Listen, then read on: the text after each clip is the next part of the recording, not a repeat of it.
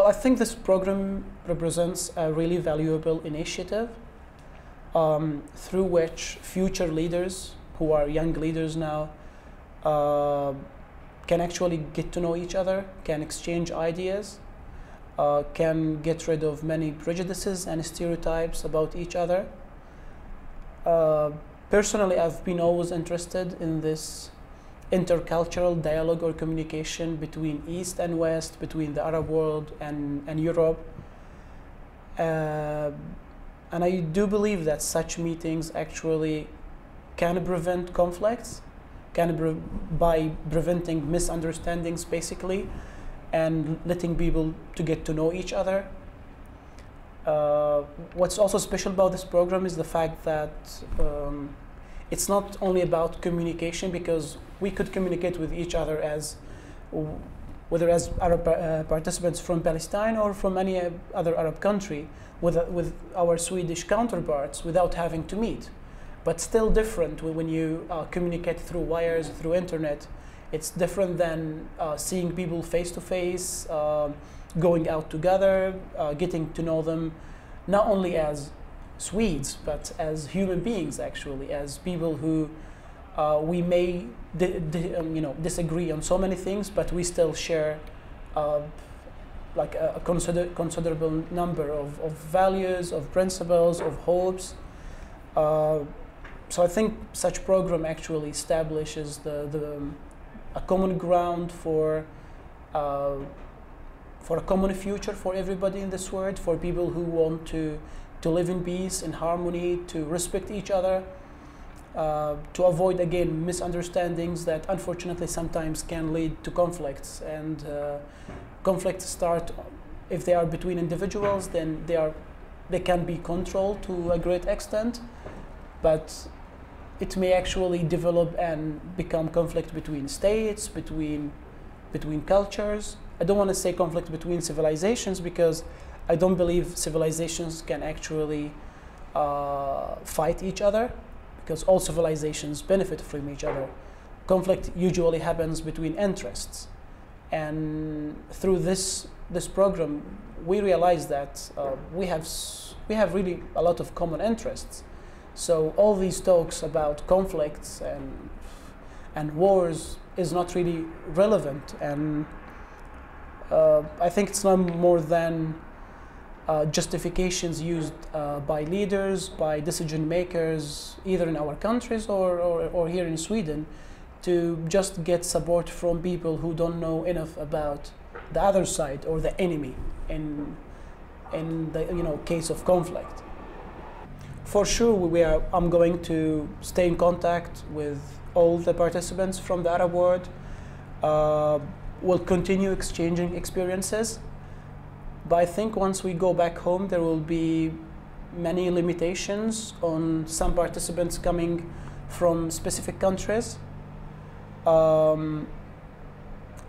These limitations will vary, of course, from a country to another. We have to be more careful, I think. Personally, I think it's not really a big deal, despite the fact that I'm coming from an occupied country, but still I think the margin of freedom of expression, at least, we have in Palestine is much wider than any other Arab country, except Lebanon, of course, which has a really huge margin of a freedom. So we have to be careful when we talk to each other, contact each other.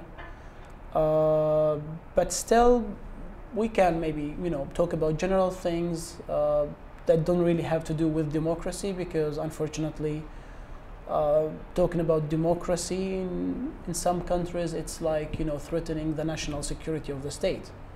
So we have to be aware of these things about each and every country, and hopefully we will find our own ways of communicating without being caught by the big brother in these countries. But we will try our best, and hopefully it will work out, and we will be able to stay in contact. And what's more important than that is to do a follow-up for what we agreed upon here in Sweden. Is internet and the social media that you're learning here gonna help communicating with them, or is it still gonna be hard?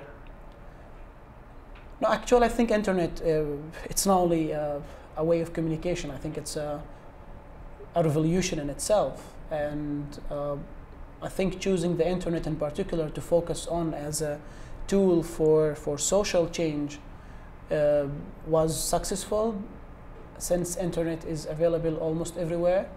You don't have to be very rich to have access to the internet. There are also ways of hiding your identity if you don't want to be known by, let's say, others like governments or intelligence apparatuses. You feel more free to express yourself as well. Though it's a bit sad that you always think about hiding your identity, because this reflects fear, and fear shows that freedom of expression, freedom of speech is not really taken for granted in some places. But still, internet is an excellent way of communication. You can easily access it. It doesn't cost money, so you don't have to be rich, you don't have to have a big budget.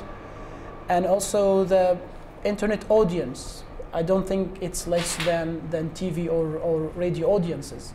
So you can actually reach millions of people all over the world through the internet. And what's also good about it is the fact that most of what you post on the internet, most of what you put on the internet will be left there for people to see it even after years of putting there. And even after you are gone for some reason or another, what you produce, what you say is still there, and people can see it and benefit from it.